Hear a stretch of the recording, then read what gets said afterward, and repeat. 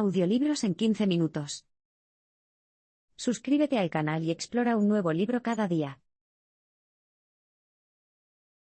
Los ataques del 11 de septiembre fueron el resultado de años de cuidadosa planificación.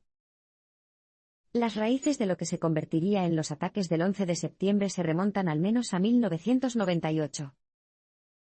Ese fue el año en que Osama bin Laden emitió una fatwa, un decreto religioso que declaraba la guerra a los Estados Unidos, a sus ciudadanos y a sus intereses en todo el mundo.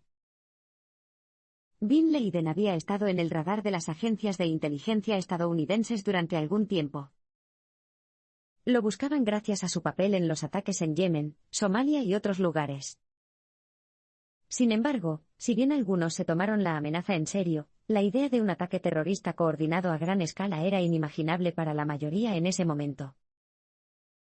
El mensaje clave aquí es: los ataques del 11 de septiembre fueron el resultado de años de cuidadosa planificación.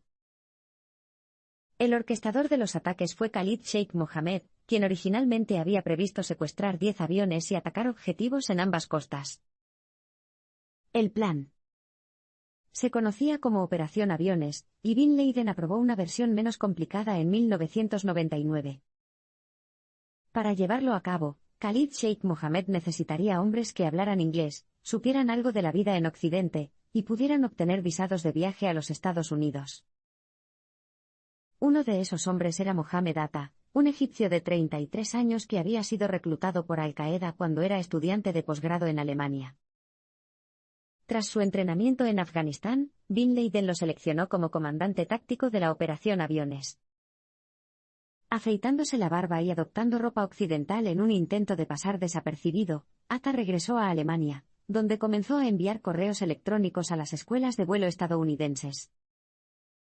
A finales del verano de 2000, con nuevos pasaportes y visas de turista, Atta dirigió un pequeño grupo a Florida, donde comenzaron a estudiar para ser pilotos.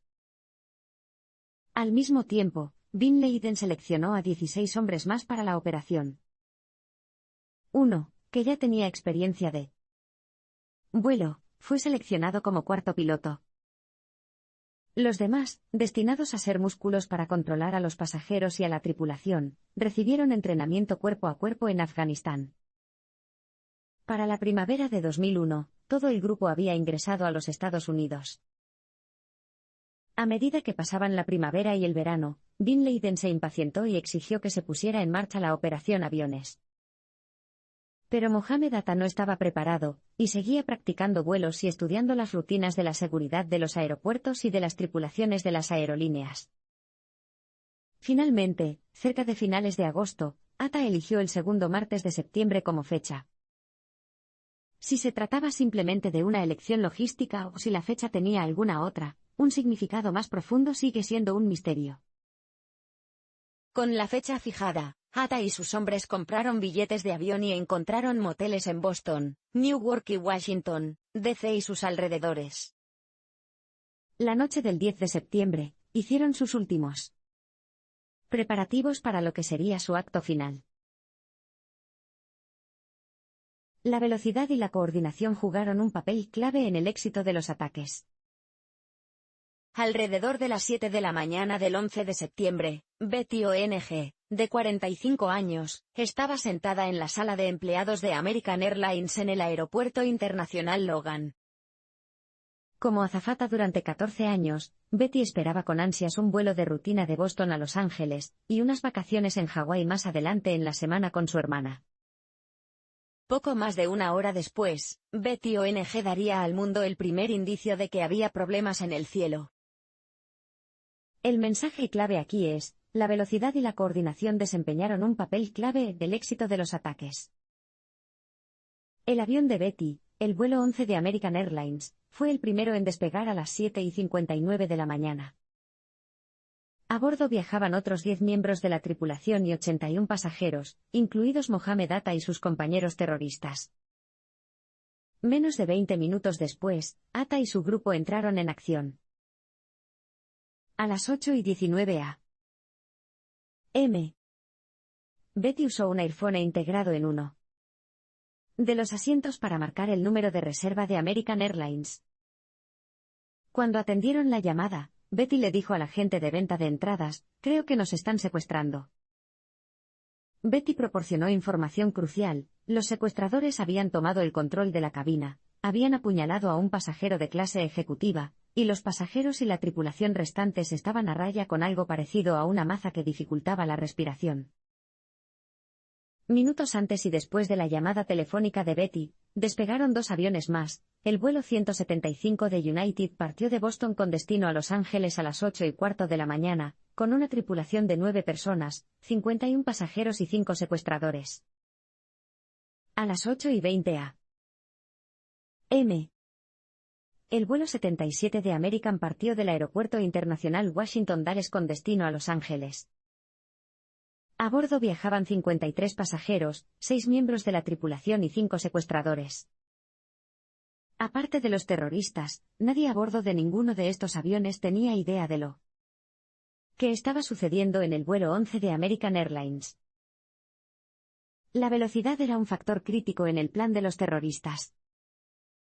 Con los acontecimientos que se desarrollaban tan rápidamente, la Administración Federal de Aviación, FAA, las aerolíneas y el ejército tuvieron que lidiar con una avalancha de información, a veces contradictoria. Además, nadie había visto antes un secuestro como este. En el pasado, los secuestradores tomaban el control de la cabina, y obligaban al piloto a desviar el avión a un nuevo destino. Nadie había imaginado un escenario en el que los propios secuestradores volaran el avión. El último avión que despegó esa mañana fue el vuelo 93 de United, que partió de Newark hacia San Francisco con 33 pasajeros, 7 miembros de la tripulación y 4 secuestradores a bordo. Cuando el United 93 despegó a las 8:42 de la mañana, ya había empezado a difundirse la noticia de los 2 primeros secuestros. Minutos después, a las 8:46 a.m., el vuelo 11 de American se estrellaría contra la torre norte del World Trade Center, y comenzaría a quedar claro el alcance total de la operación de los terroristas. La falta de comunicación y la falta de información impidieron una respuesta militar oportuna a los ataques. El mayor Kevin Nasipani, un comandante de control de misiones del sector de defensa aérea del noreste, NEDS, de 43 años, tenía programado un día ajetreado para el 11 de septiembre. El NEDS era una parte vital de la protección del espacio aéreo sobre los Estados Unidos y Canadá, pero la mayoría de los días, el trabajo era bastante rutinario. Para mantener en forma a los hombres y mujeres bajo su mando, Nasipani programaba rutinariamente ejercicios de entrenamiento, y tenía uno planeado para el día 11. Pero antes de que pudiera ponerse en marcha, una emergencia en el mundo real requeriría que todos se concentraran. El mensaje clave aquí es, la falta de comunicación y la falta de información impidieron una respuesta militar oportuna a los ataques. Los controladores aéreos del Boston Center perdieron contacto con el vuelo 11 de American aproximadamente a las 8:14 de la mañana. Mientras continuaban sus esfuerzos por comunicarse con ellos por radio, su radar mostró que el avión giraba abruptamente hacia Nueva York. Poco después, a las 8:21 a.m., se apagó el transpondedor de American 11. Esto significaba que el avión seguía siendo visible en el radar, pero nadie tenía idea de qué tan rápido iban y cuál era su altitud. Boston Control supuso que el vuelo 11 estaba experimentando un mal funcionamiento técnico. Eso cambiaría cuando el controlador de tráfico aéreo Peter Zalewski detectara una transmisión del vuelo 11, aparentemente destinada a los pasajeros. Un hombre que parecía extranjero dijo, «Tenemos algunos aviones. Quédate quieta y estaremos bien». Desafortunadamente, Zalewski no entendió de inmediato la primera frase del secuestrador. Incluso si lo hubiera hecho, no hay garantía de que se hubiera creído en la amenaza. Aún así, fue suficiente para convencerlo de que el vuelo 11 había sido secuestrado. Durante los siguientes 12 minutos, Boston Control reaccionó como si se hubiera producido un secuestro tradicional. Hicieron repetidos esfuerzos para reclutar a los pilotos mediante un sistema de mensajería dedicado. A las 8:34 a.m. decidieron buscar ayuda militar. Al menos, los aviones de combate podrían ayudar a rastrear el avión. En lugar de seguir los canales habituales de la FAA y la burocracia del Departamento de Defensa, decidieron llamar directamente a las bases. Una de esas llamadas los conectó con el puesto de NIDS del mayor Nasipani. Nasipani se apresuró a obtener autorización para lanzar 2 aviones de combate F-15 desde la base de la Guardia Nacional Aérea de Otis, a unas 150 millas de la ciudad de Nueva York. El protocolo habría sido que los aviones actuaran como escoltas, denunciando cualquier cosa inusual. Pero con el transpondedor del vuelo 11 apagado, nadie sabía a dónde enviar exactamente a los cazas. Para complicar las cosas, el NIDS utilizó un sistema de radar completamente diferente al de la FAA. Operaban en diferentes idiomas, por lo que la información recibida a menudo se malinterpretaba y era contradictoria. Cuando el vuelo 11 se estrelló contra la torre norte del World Trade Center a las 8:46 de la mañana, el comandante Nasipani se enteró de ello de la misma manera que la mayoría del resto del mundo, en un reportaje de la CNN. Aún no tenían ni idea de que otros aviones habían sido secuestrados. Al no poder confirmar la identidad del avión que se había estrellado, los 2 aviones de combate continuaron buscando un avión que ya no existía. Los civiles de las Torres Gemelas recibieron información contradictoria sobre los ataques.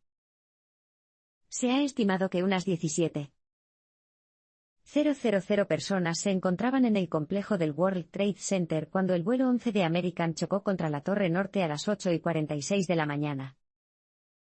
En una fracción de segundo después del impacto, todos los que estaban a bordo del avión, y un número desconocido de personas en la propia torre murieron instantáneamente. El avión también cortó el acceso a las 3 escaleras de emergencia. Se estima que unas 355 personas que se encontraban en el piso 92 o más estaban ahora atrapadas. El mensaje clave aquí es, los civiles de las Torres Gemelas recibieron información contradictoria sobre los ataques. Cuando la Torre Norte fue atacada, el inmigrante guyanés Stan Praimnath, de 44 años, estaba sentado en su escritorio en el piso 81 de la Torre Sur. Sin saber la causa de la explosión, Stan y la trabajadora temporal Delis Soriano se prepararon para evacuar. Al llegar al vestíbulo, un guardia de seguridad les aseguró que la emergencia estaba restringida a la Torre Norte, y les aconsejó que regresaran a su oficina. Después de decirle a Delis que se fuera a casa, Stan volvió a subir en ascensor a regañadientes con un pequeño grupo de colegas. Mientras tanto, las líneas del 911 estaban repletas de llamadas de emergencia de personas atrapadas en la Torre Norte. A medida que los incendios se extendían y el aire se llenaba de humo, los operadores del 911 hicieron todo lo posible para tranquilizar a las víctimas de que la ayuda estaba en camino. Pero con las escaleras bloqueadas, los atrapados no podían bajar y los equipos de rescate tampoco podían levantarse. Al agotarse sus opciones, muchos rompieron ventanas en un intento desesperado por respirar aire fresco. En medio del pánico, muchos se cayeron o saltaron y murieron. Cuando Stan regresó a su escritorio poco después de las 9 de la mañana, recibió una llamada de un colega de Chicago pidiéndole que se fuera. Pero Stan le aseguró que estaba bien, pues dudaba de que ella tuviera más información que la que tenían las autoridades de ese país. Mientras hablaba por teléfono, vio un objeto en el horizonte que se dirigía a toda velocidad hacia él. Era el vuelo 175 de United. Stan se escondió debajo de su escritorio momentos antes de que el avión chocara contra la Torre Sur a las 9:03 de la mañana. Milagrosamente, Stan sobrevivió al impacto y se arrastró hasta una zona de batalla llena de humo y escombros. Se arrastró entre los escombros hasta que vio una pequeña luz que recorría el área frente a él. Al pedir ayuda, escuchó la voz de Brian Clark, un canadiense de 54 años que trabajaba para Eurobrokers, a 3 pisos de la oficina de Stan. Los 2 hombres nunca se habían conocido antes de que el destino los uniera. Ahora, como le dijo Stan a Brian cuando finalmente se encontraron cara a cara, serían hermanos de por vida. Stan y Brian sobrevivieron a su terrible experiencia y, finalmente, lograron ponerse a salvo. Sin embargo, las pérdidas sufridas ese día fueron profundas. Además de todos los que estaban a bordo del vuelo 11 de American, y del vuelo 175 de United, 606 personas perdieron la vida en la zona del World Trade Center. El ataque al Pentágono envió una señal clara de que Estados Unidos estaba en guerra. Mientras los acontecimientos continuaban desarrollándose en la ciudad de Nueva York, millones de personas en todo el mundo los vieron en vivo por televisión. Entre los observadores estaba Dave Tarantino, un médico de la Marina de 35 años que trabaja en el Pentágono. Al ver que el segundo avión chocaba contra la Torre Sur, supo inmediatamente que Osama Bin Laden tenía que ser el responsable. Su mente ya avanzaba a toda velocidad hacia lo que creía que sucedería después. No sabía que un tercer avión se dirigía a su ubicación. El mensaje clave aquí es: el ataque al Pentágono envió una señal clara de que Estados Unidos estaba en guerra. El vuelo 77 de American Airlines comenzó a mostrar señales conocidas de problemas a las 8:54 de la mañana. Los controladores aéreos que salían del centro de Indianápolis vieron primero un giro no autorizado y luego perdieron la señal del transpondedor. En ese momento, no sabían nada sobre la crisis en curso en Nueva York, y asumieron que el avión había sufrido una falla mecánica. Los controladores de tráfico aéreo de Boston, Nueva York y Cleveland fueron puestos en alerta tras los dos primeros secuestros, pero nadie en la FAA pensó que el avión secuestrado se dirigía al espacio aéreo de Indianápolis, por lo que se les mantuvo al tanto. Durante 36 minutos, el vuelo 77 de American voló sin ser detectado, ya que los controladores de Indianápolis continuaron asumiendo que el avión se había estrellado. Pero a las 9:32 de la mañana, volvió a aparecer en las pantallas de radar de Dallas, el mismo aeropuerto del que había partido esa misma mañana. Mientras se apresuraban a identificar el misterioso avión, la base de la Fuerza Aérea de Langley fue alertada de la amenaza. Dos F-16 despegaron, pero no se les dieron detalles específicos. Asumiendo que estaban intentando defender a Washington de los misiles o los aviones rusos, siguieron el protocolo estándar y se dirigieron al mar. Minutos después, a las 9:37 a.m., el vuelo 77 de American chocó contra el muro oeste del Pentágono, y mató instantáneamente a los 59 hombres, mujeres y niños a bordo, así como a varias docenas de trabajadores del Pentágono. Los supervivientes se enfrentaron a una peligrosa escena de llamas, humo negro tóxico y escombros que caían. Mientras sus colegas se apresuraban a evacuar, comenzó el entrenamiento de medicina de combate de Dave Tarantino. Sabía que la mayoría de las personas tratarían instintivamente de dirigirse al borde exterior del edificio. La salida más segura sería dirigirse al patio central del Pentágono, y desde allí a un lugar seguro. Usando toallas de papel mojadas como máscara antigas improvisada, Dave se dirigió al infierno en busca de supervivientes. Gracias a los esfuerzos de Dave Tarantino y otros como él, cientos de supervivientes pudieron llegar a un lugar seguro.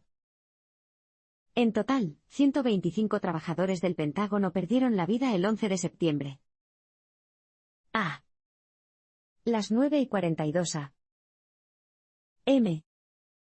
5 minutos después de que el vuelo 77 estadounidense impactara contra el Pentágono, la FAA emitió una orden sin precedentes, ordenando a todos los aviones que se encontraban actualmente en el aire que aterrizaran en el aeropuerto más cercano. En ese momento, 546 aviones sobrevolaban los cielos de los Estados Unidos. Todos menos uno de ellos siguieron las órdenes y aterrizaron sanos y salvos. El que no lo hizo fue el vuelo 93 de United. Las heroicas acciones de los pasajeros y la tripulación del United 93 impidieron que se produjera un cuarto ataque terrorista. Cuando el vuelo 93 de United despegó a las 8:42 de la mañana, el complot de Osama Bin Laden ya estaba en marcha. Casi en el mismo momento, los secuestradores se apoderaron del vuelo 175 de United, mientras que el vuelo 11 de American había estado bajo su control durante casi media hora. Para los terroristas, este retraso puede haber marcado la diferencia entre el éxito y el fracaso. El mensaje y clave aquí es, las acciones heroicas de los pasajeros y la tripulación del United 93 impidieron que se produjera un cuarto ataque terrorista. Estaba previsto que el United 93 partiera del Aeropuerto Internacional de Newark a las 8 de la mañana, pero debido a un retraso en la pista, el avión esperó más de 30 minutos antes de recibir la autorización para despegar. Otra diferencia clave era el hecho de que el United 93 transportaba solo a 4 secuestradores, un hombre menos que los grupos de 5 personas a bordo de los otros aviones. A las 9:28 a.m. los 4 hombres entraron en acción. Esta vez, los controladores aéreos pudieron escuchar sonidos de forcejeo, ya que el capitán Jason Dahl o el primer oficial Leroy Homer Jr. continuaron presionando el botón de conversación de su radio. Los controladores del Cleveland Center se dieron cuenta inmediatamente de que se estaba produciendo otro secuestro. En 10 minutos, Cleveland se puso en contacto con el centro de comando de la FAA solicitando asistencia militar. Mientras tanto, a bordo del United 93, los pasajeros hacían llamadas telefónicas a familiares y seres queridos en tierra, tal como lo habían hecho en los otros 3 aviones. Pero para entonces, los ojos del mundo estaban puestos en la ciudad de Nueva York.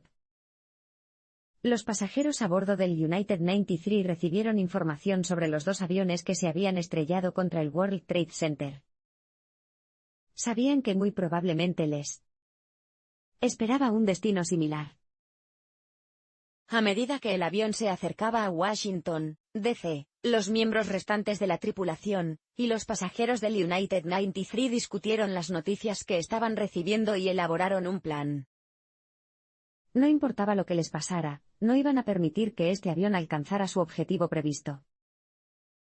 Cerca de la parte trasera del avión, un vendedor de software de 32 años llamado Todd Beamer intentó llamar a su esposa, Lisa, embarazada de su tercer hijo. Estaba conectado con la supervisora de líneas aéreas Lisa Jefferson. Todd le dio detalles sobre los secuestradores, el plan de los pasajeros para dominarlos, y le pidió que le transmitiera un último mensaje a su esposa. Las últimas palabras que Lisa Jefferson lo oyó decir fueron, «Está bien, adelante». Aproximadamente a las 9:59 a.m.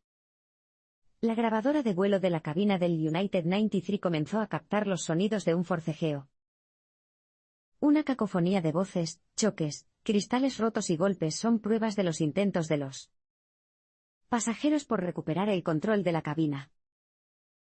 En cuestión de minutos, los secuestradores supieron que nunca podrían alcanzar su objetivo, que se presume era el edificio del Capitolio o la Casa Blanca. A medida que pasaban los segundos, sabían que tendrían que recurrir al plan B, estrellar el avión contra el suelo. A las 10:03 a.m. el United 93 cayó en picado en un campo a las afueras de la pequeña ciudad de Shanksville, Pensilvania. Los 40 hombres y mujeres que componían los pasajeros y la tripulación del avión murieron al instante, pero murieron como héroes. Gracias a ellos, nadie más resultó herido en lo que debía ser el 4º ataque terrorista del día.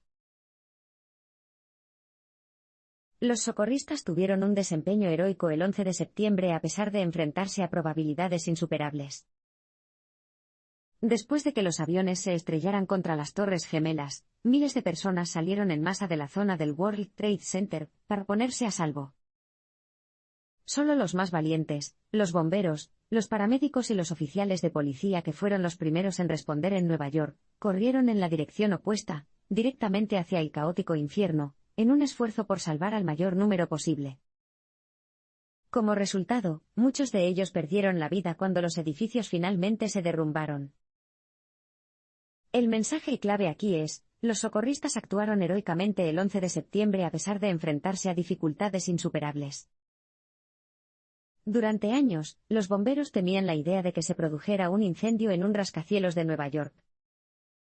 En 1999, el subjefe del Departamento de Bomberos de Nueva York, Vincent Dunn, admitió con franqueza que sería imposible extinguir un incendio en un área abierta de un rascacielos. Simplemente no sería posible bombear suficiente agua tan rápido y tan alto. Lo mejor que podían esperar los bomberos era que el fuego se apagara solo mientras rescataban a los civiles atrapados. Pero eso no sería posible el 11 de septiembre, ya que miles de galones de combustible para aviones proporcionaban un punto de ignición constante. Aún así, el personal de rescate entró primero en la torre norte y luego en la sur, decididos a encontrar una escalera transitable, y poner a salvo a tantas personas como pudieran. A las 9:59 de la mañana, mientras estaban en marcha los esfuerzos de rescate en Nueva York, y en el Pentágono y pocos minutos antes de que los pasajeros del United 93 forzaran su avión a estrellarse contra un campo de Pensilvania, la torre sur del World Trade Center se derrumbó. El vuelo 175 de United se estrelló contra él menos de una hora antes. Miles de personas ya habían escapado, pero todos los que estaban dentro, incluidos los socorristas y las aproximadamente 619 personas que seguían atrapadas en el piso 77 o por encima de él, murieron. Tras el derrumbe de la Torre Sur, se extendió el temor de que la Torre Norte pronto siguiera su ejemplo. El jefe del FDNY, Joe Pfeiffer, ordenó a todos los bomberos de la Torre Norte que evacuaran inmediatamente. Sin embargo, la comunicación a través de radios portátiles no era confiable y muchos nunca escucharon esa orden. Se vieron obligados a confiar en su propio juicio. Uno de esos bomberos era el capitán J. Jonas de Ladder Company 6.